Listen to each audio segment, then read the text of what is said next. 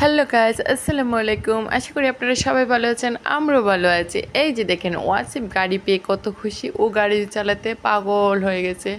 এত ছোটোবেলা থেকে বা গাড়ি এত পছন্দ করে একদম ঠিক ভাবার মতো হয়েছে। গাড়ি পাগল ছেলে। গাড়ি দেখলে কি করে কি না, একদম গাড়ি দেখলে সে তো অস্থির। গাড়ির থেকে শুয়ে থাকে, গাড়ি থেকে নামতেই চায় না।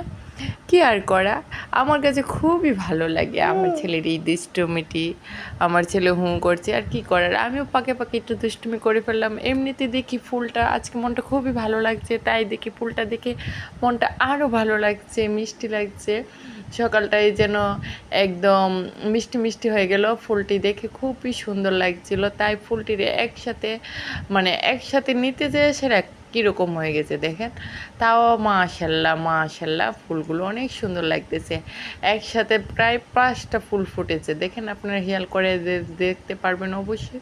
5টা ফুল, তার মধ্যে ফুলগুলো ছোটো হলো, ফুলগুলো খুবই সুন্দর ও মিষ্টি মিষ্টি লাগছে। দেখেন আমি আংটির মতো পরতেছি, খুব ভালোই লাগতেছে। হাতের মধ্যে মনে হইতেছে যে গোলাপের মতো যে ফুলগুলা না, ছোটো ছোটো ফুলগুলা, ওইগুলাই বুঝি। তার মধ্যে দেখছি ছেলে ললিপপ খেতেছে আর কি সুন্দর করে হাসতেছে, মিষ্টি মিষ্টি করতেছে। তো ভাবলাম ছেলের সাথে একটু দুষ্টুমি করি। এই দেখেন, মনটাও ভালো, আবার একটু ভালো লাগাই করছে। আর ছেলের সাথে ছেলে দুষ্টুমি করলে তো এমনিতেই মায়ের মন খুবই ভালো থাকে, মিষ্টি থাকে।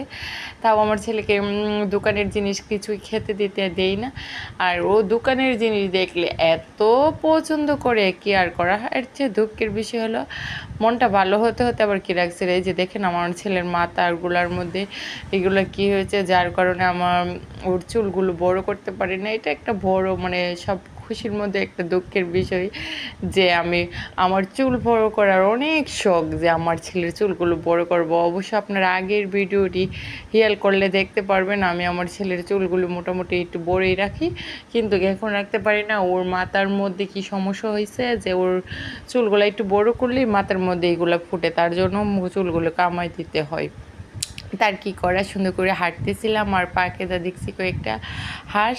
তাও ভাবলাম মন ভালো থাকলে না সব কিছুই ভালো লাগে, খারাপ জিনিসগুলোও ভালো লাগে। এই যে দেখেন গাছগুলা দেখতেছি, গাছগুলো দেখতে দেখতে যায় দেখি পেয়ারাগুলো বাতাস আসছিল, বাতাসের মধ্যে পেয়ারাগুলো কী রকম হয়ে গেছে, ছোটো ছোটো পেয়ারা, কিন্তু সবগুলোতে এমনি দাগ পড়ে গেছে। বাতাসে মনে হয় বাড়ি হয়েছে, যার কারণে এই দাগটি হয়েছে।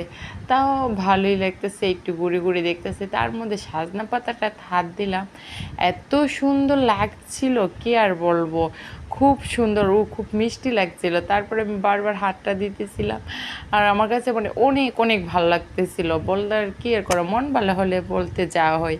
তাও আপনারা সবাই আমার দুষ্ট ছেলেটার জন্য দোয়া করবেন, যাতে ও ভালো থাকে, সুস্থ থাকে। আমাদের পেজটাকে ফলো করে দেবেন, আর বেশি বেশি করে লাইক কমেন্ট করবেন, আর ইউটিউব পেজটাকে অবশ্যই গ্রহণ করে নেবেন। I love you.